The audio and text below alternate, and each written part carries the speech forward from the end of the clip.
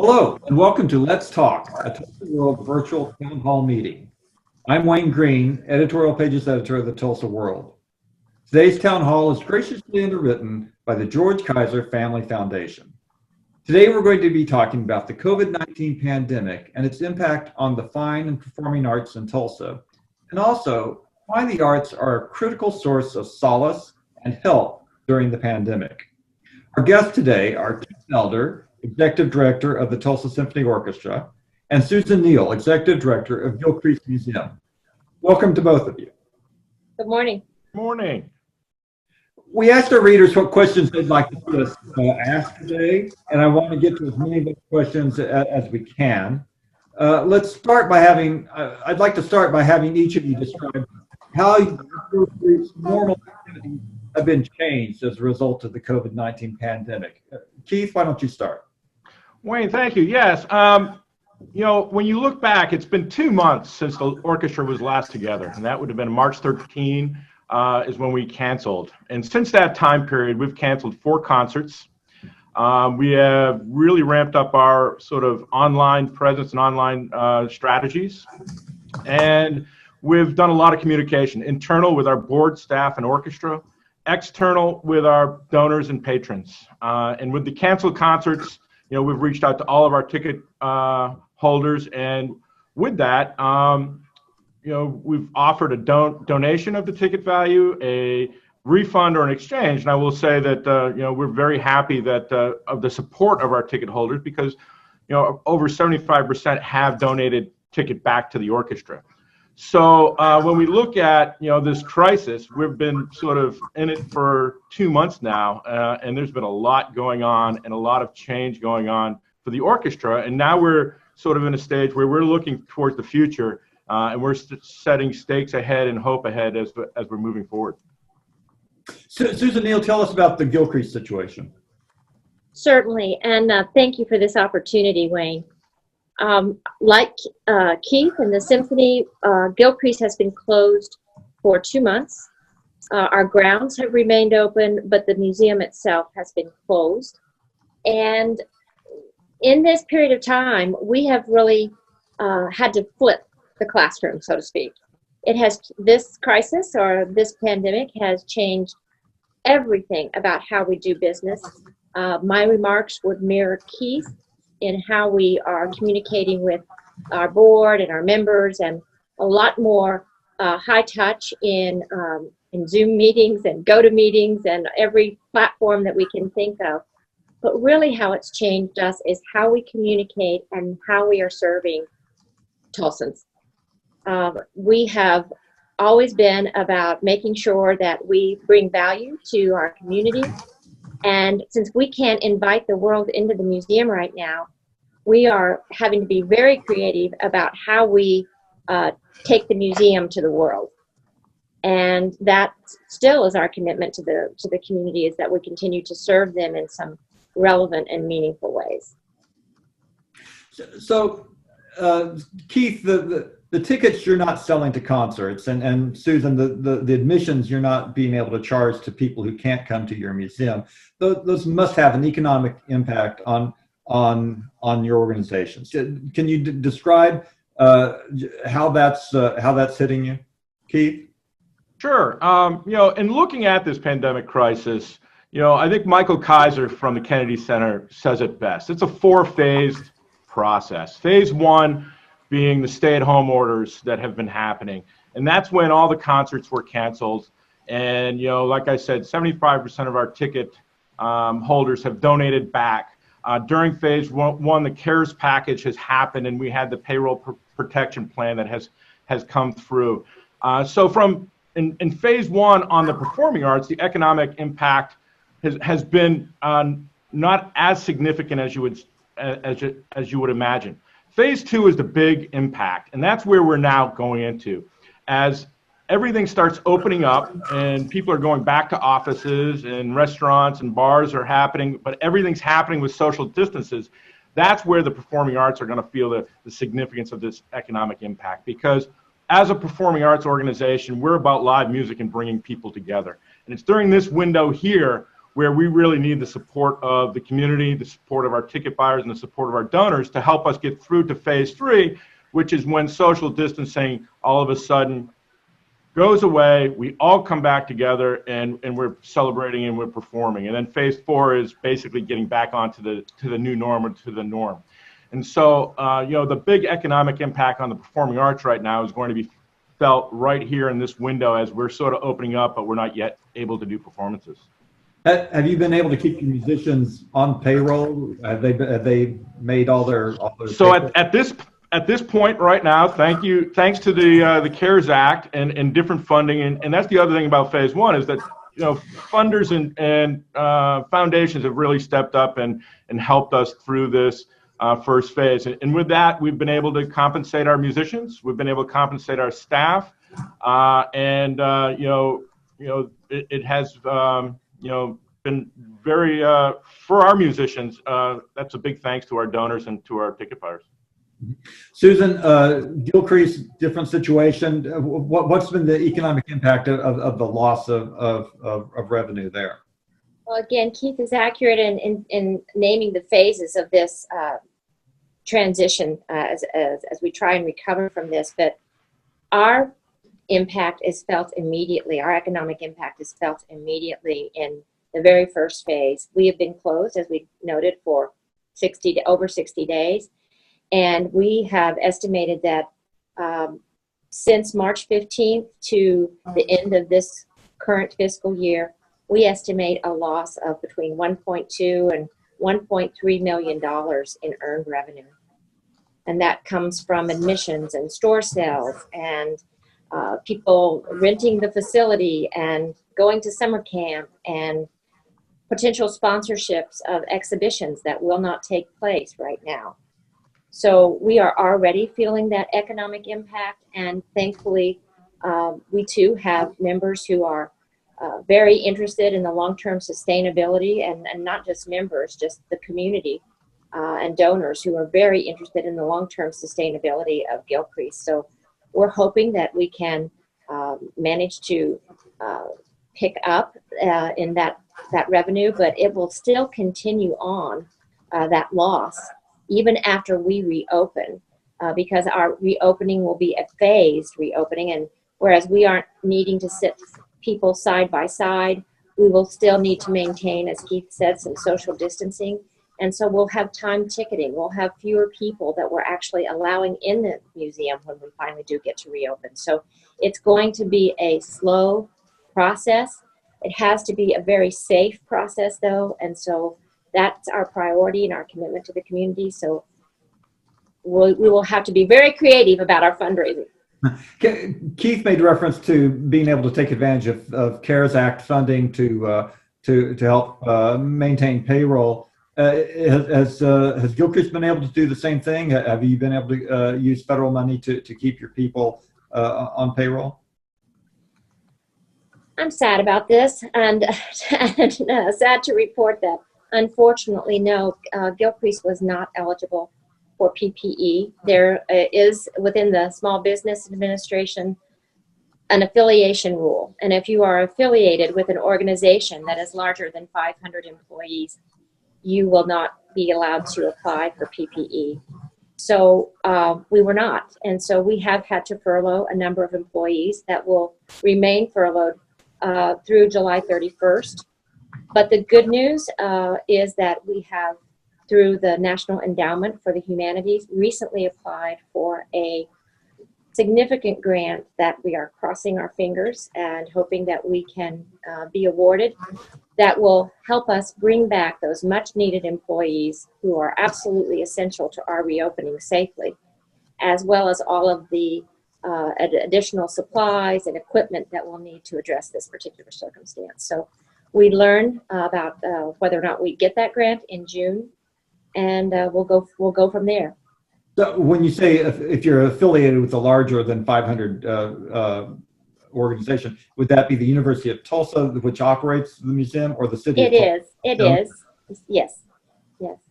Okay. And it's certainly an advantage to have that, but at this one juncture, it was a bit of a hurdle. Yeah. Keith, I asked about musicians specifically, but there's a lot of other people who depend on their livelihoods from performing arts. You know, when you're in the PAC, there's PAC staff, there's the guys who the stage managers and the backstage people. This isn't just about maintaining your professional musicians, right? Yeah, Wayne, I think, the ripple effect is huge, because as you mentioned, the PAC, you have the stagehands, you have box office, you have ushers, you have valet. Then you can sort of ripple that out to the hotels. A lot of our musicians come in, they stay in the hotels. The hotels are now empty. The restaurants all around the PAC that would normally be open for events and for are now, they don't have the volume of people coming to the PAC. And then the ripple even goes further to advertisers. The arts organizations are cutting back on their advertising when concerts are canceled. And so the arts provide a big economic activity here, and they're a big economic driver to the downtown. And, this is really a big hit to that. And when I talk about those phases that Kaiser talked about, we're not going to see that relief until phase 3 for the performing arts. And so that's why I say this economic reality is going to be here for some time until we can get to where everybody can come together and see live music again. So in my world, in journalism, we've transferred a lot of what we used to do in face-to-face to the internet, like as in Zoom conferences, like this very one. Have the performing arts organizations been doing the same sort of thing, Keith? So yes, I mean, and that's sort of been what's happened over the past 2 months, and I think you're going to see this over the next four plus months, is the explosion of music on the internet. Every orchestra around the world, you could sit in your living room and bring up, product from the Berlin Philharmonic to the Metropolitan Opera to the Boston Symphony to San Francisco, but that in my mind, does not replace the live music that we're all about. That is a sort of a stopgap in the short term. But I think we're all, as you mentioned, we're all on Zoom calls. I think in my day, I do between 3 and 5 Zoom calls a day.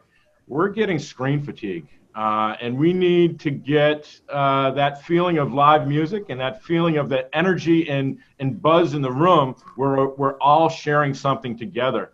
That's why I say we're looking to the future and putting that hope out there that's what we've got to sort of set as a target, because I don't believe online is a new norm. I believe online is an augmentation to what we already do, which is live music. Right. Susan, is there a similar experience in the museum world? There's certainly a similar experience with screen fatigue with Zoom meetings all day long. I would just want to comment on the economic development piece, or the role that the arts play. It's not just in our role as creating cultural tourism dollars here in Tulsa.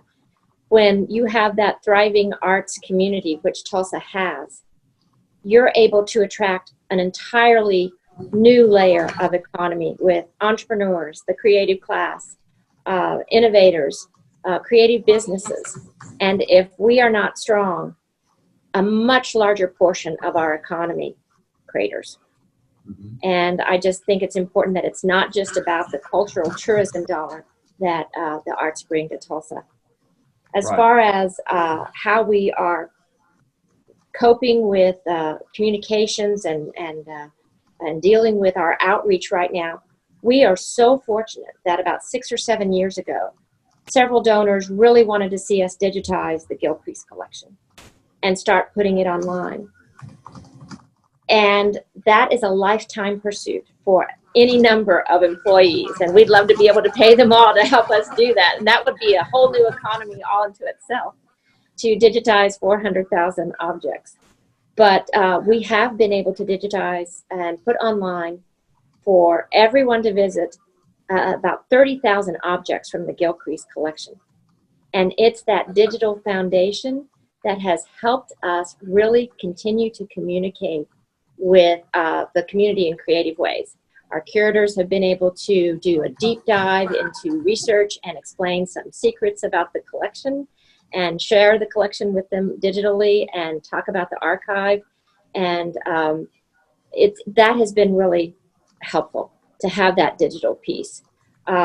We've also learned how to have classes and maker moments and intergenerational arts activities for all ages through our education department. So we found a number of ways to interact with the community and serve the community through any number of social media platforms.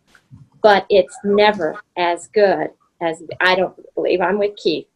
The arts are about bringing people together. It is what brings us together. It is a leveler. It's what we are. It's how we represent ourselves through our own self-expression and how we interpret all of that really makes us better people. And not being able to come together and have those experiences in person is difficult.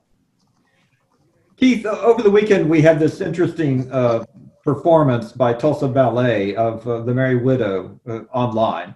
It was an archival performance made a couple of years ago, and they showed it in two different performances. There wasn't an admission charge, but they used it as but there was limited access. That is, you had to be there at a particular time to see the performance, and they used it as an opportunity to make to talk to their patrons about making donations to the company and so on.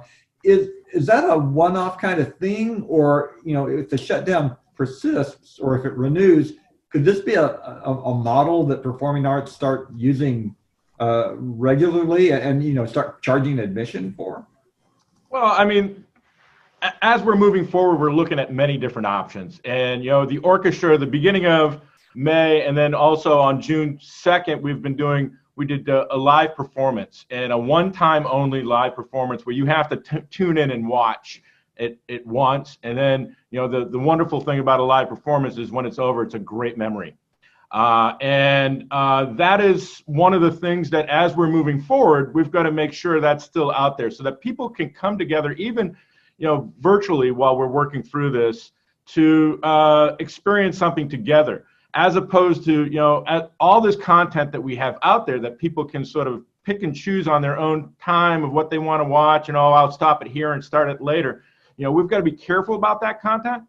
But it's the live performance piece that is so important to this community and so important to what we do as a performing arts organization. That is, I think, what's going to help get us through this and get us back so that when we're all putting it together. Because another thing a live performance does is it puts something on your calendar that you can look at and hope for.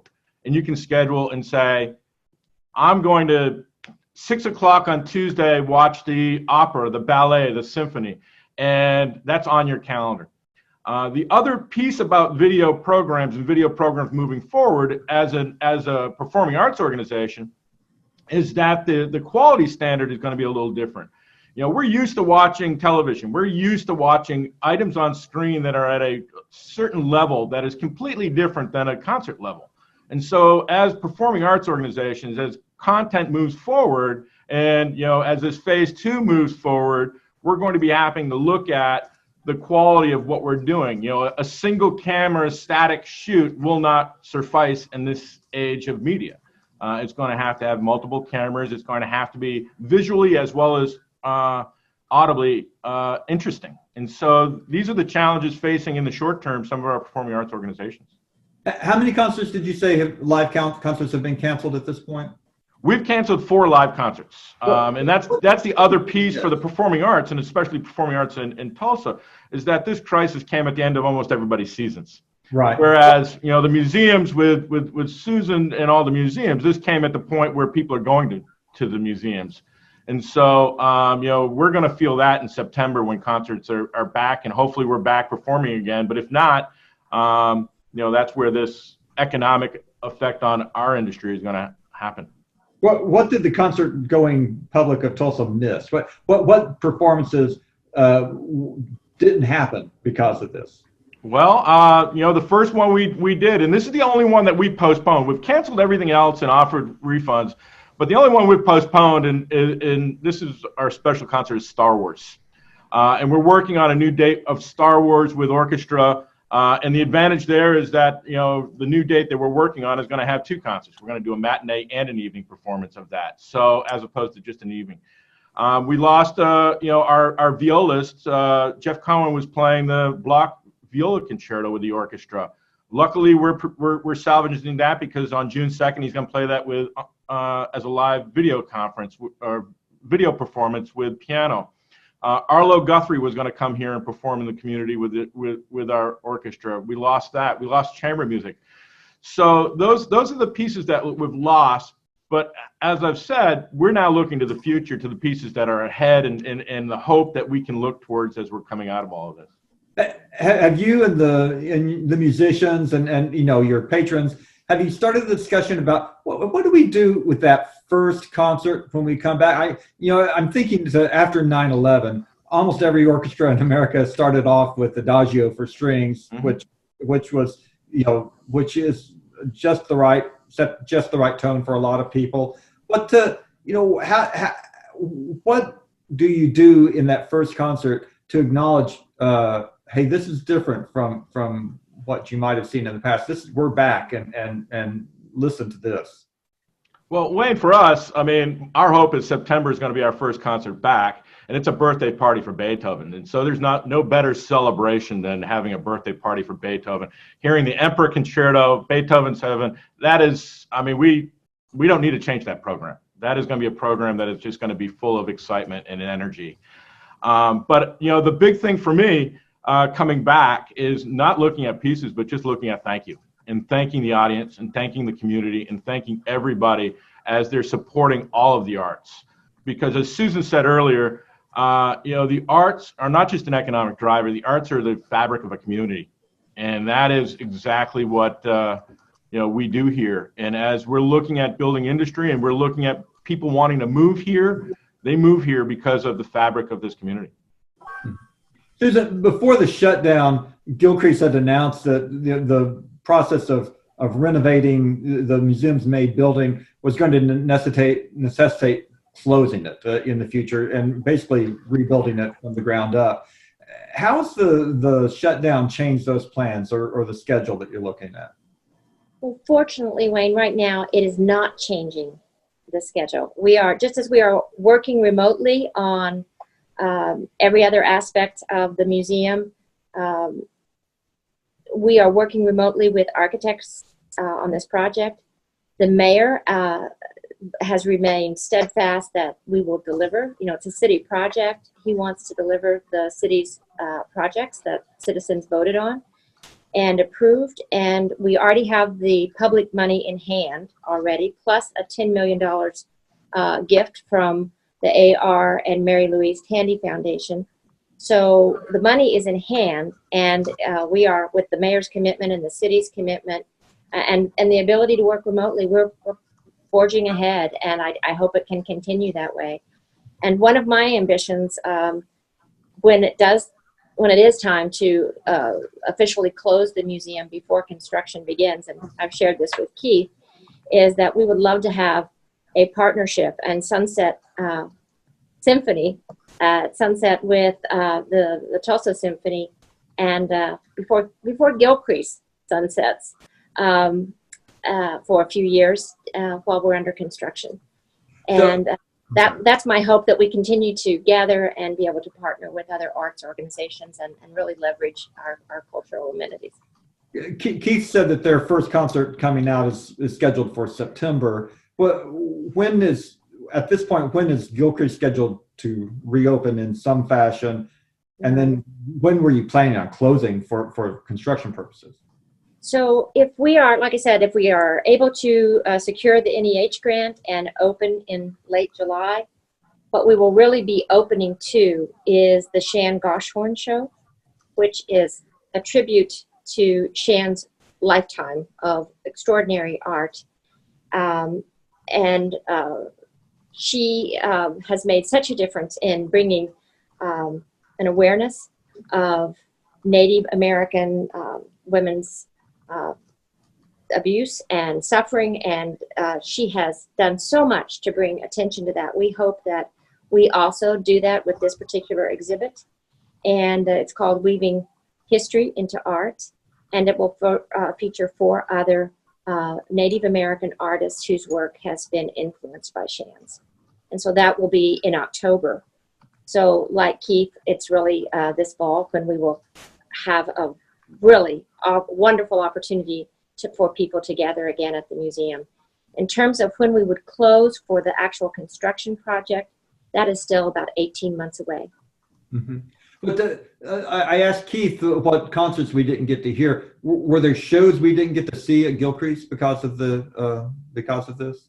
Yes, there was going to be a brief exhibition of a pass that a document that gave Paul Revere his right to travel from town to town in the Revolutionary War, and we had that, and we wanted to feature that for right around in April. We weren't able to do that.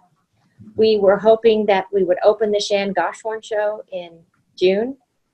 That's been able, fortunately, we've been able to postpone that until October. We had hoped then that we would have a wonderful photography exhibit called Men of Change from the Smithsonian that features 100 African American men who have had tremendous impact, positive impact on the world. And we are marrying that with Tulsans of Change. And we hope that that will just move into the new year in 2021. Keith, let me read you a piece of an email that we got in anticipation of this event. The reader points out that having a live performance at the Performing Arts Center is a complicated situation. Even if you reduce the seating and have people spaced out in the concert hall, there are still choke points, as she says, restrooms and exit doors. At the end of the concert, everyone has to go out the same door as they're leaving, which makes social distancing, if not impossible, certainly complicated. How do you balance those issues as you think about reopening? So a couple of things, Wayne. First of all, as I mentioned, we've been in this 2 months. We have 4 months to go before the concerts start up in September. So there's a lot of time still and a lot of information out there. And so I think the first piece that we're looking at, and we're looking at in a multiple piece, is the safety of our musicians, to be able to have the musicians on stage. And once our musicians can come together safely on stage, then we look at the safety of the audience, because we could have a video production of the orchestra without audience, but you can't have a concert without the orchestra. So we look at the audience, and we've been looking at all kinds of studies right now. And the important thing, I think, as we're working through this crisis, is to be working in information that is based in fact, and information that as we're sort of piecing this all together, of what is going to make sure that our musicians and our patrons are going to be safe. We're not looking at a reduced size concert hall at this present stage. We're working closely in collaboration with the PAC of what a concert would look like.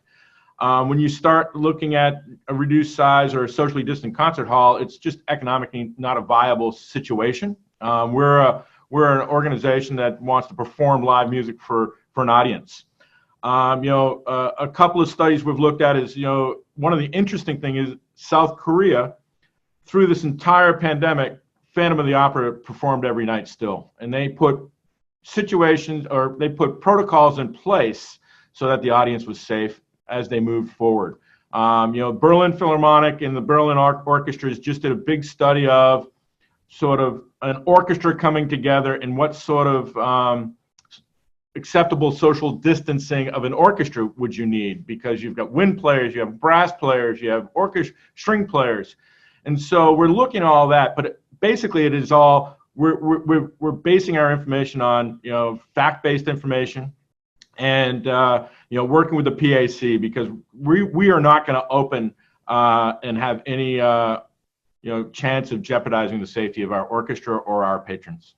Right. That's what I was hearing you say. When you reopen, you'll be doing it because it's safe for everyone Correct. involved. Right. Yeah. So in some of the columns I've written since we've been sheltered, I've tried to argue that the arts and the humanities are important resources for human beings who are looking to make sense of a new social challenge like a pandemic. I won't go over those again, but I wonder if I could ask the two of you to address how an orchestra or an art museum has a higher priority in our social needs. We've talked about economic needs, but in our social needs during this sort of emergency. Keith? So I think the best way to explain this is that a doctor cures the physical body, and arts and music cures the soul. And that music really touches every single person on this planet. And different types of music touch people, whether it's jazz, rock, rap, classical. It's all a different sort of dialect of music, but it touches everybody. It is something that, when you hear something, you tap your toe or tap your finger, you don't know why, it just touches you. And it's so essential as we're working through crisis and as we're working as a fabric of this community, that the arts and music is used to really touch people and bring people together, so that the soul is as strong as the physical body of a human being. Mm-hmm. Susan? Well, I was going to say, it's so often said that the arts feed the soul. And if that's true, then Gilcrease is a house for soul food, for some of the most remarkable soul food in the world. Mm-hmm. And we're so fortunate to have it here in Tulsa. And if that is what feeds us and feeds our soul during normal times, certainly during trying times, times of stress or trauma, uncertainty like we're experiencing today, the soul is even hungrier. The soul needs to be fed. We're a little bit needier. And so the importance of the arts, a museum, the importance of Gilcrease, the importance of Tulsa Symphony, the importance of being able to have that fuel that helps us get through these trying times. Historically, that is exactly how we do get through trying times, is often through what feeds our souls as much as our bodies. And so the arts become even more important during these times. I think what is unique to Tulsa is you talked about our history with the arts and it being so much a part of the fabric of our community, but we have had a love affair with the arts in Tulsa ever since we started. I think we hadn't even been incorporated as a city even a decade, and our streets were still muddy, and certainly our skirts and our boots were still muddy, and we were definitely a frontier city. But we managed to build an opera house and bring the New York Symphony here. I think it was in 1907. And that says so much about who we are as a community and what's important to us and what's still important to us and what will need to be sustained and supported during these trying times so that it can still be there for us when we need it in the future. As we wrap up here, I want to give each of you a chance to add anything that I haven't given you a chance to address so far. Keith, why don't we start with you? Sure. I think as we're moving forward from the orchestra perspective, I want to thank the community. But I also want to ask the community as we're moving forward to move forward with us, is to look towards the future, to be, look towards the calendar, look towards September, buy tickets, help support us as we're working through phase 2. The interesting thing about our tickets, and what I mentioned earlier that we canceled as opposed to postponed, is that in the event of September not happening, we'll refund tickets. So there's no sort of concern there of somebody losing their ticket purchase. And, you know, and if September doesn't happen, then we'll be looking to October, we'll be looking November. We're going to be here as a community, and we're going to be here stronger, and the orchestra is going to be here as we're moving it forward. And our hope is to provide some hope and provide some solace and provide something as we're working through this crisis. Susan? Couldn't have said it better, other than unique again to Gilcrease is that it is the largest collection of Americana, of American art, history, and culture ever amassed by a single individual outside of the federal government. And we own it. And it's as important to our entire country as it is to our own city. So how we go about sustaining that, how we go about making sure it's here for posterity. Again, people need to be mindful of how critical the arts are, how critical this particular institution is, and what we bring to this community and how we give back to it. And we need their support during this critical time. But we'll be able to, we're there for you, and we're not going anywhere. And I love that. I love it that we will all get through this because we do have food for our souls, and we will prevail. I want to thank Tulsa Symphony Orchestra Executive Director Keith Elder and Gilcrease Museum Executive Director Susan Neal for joining us today.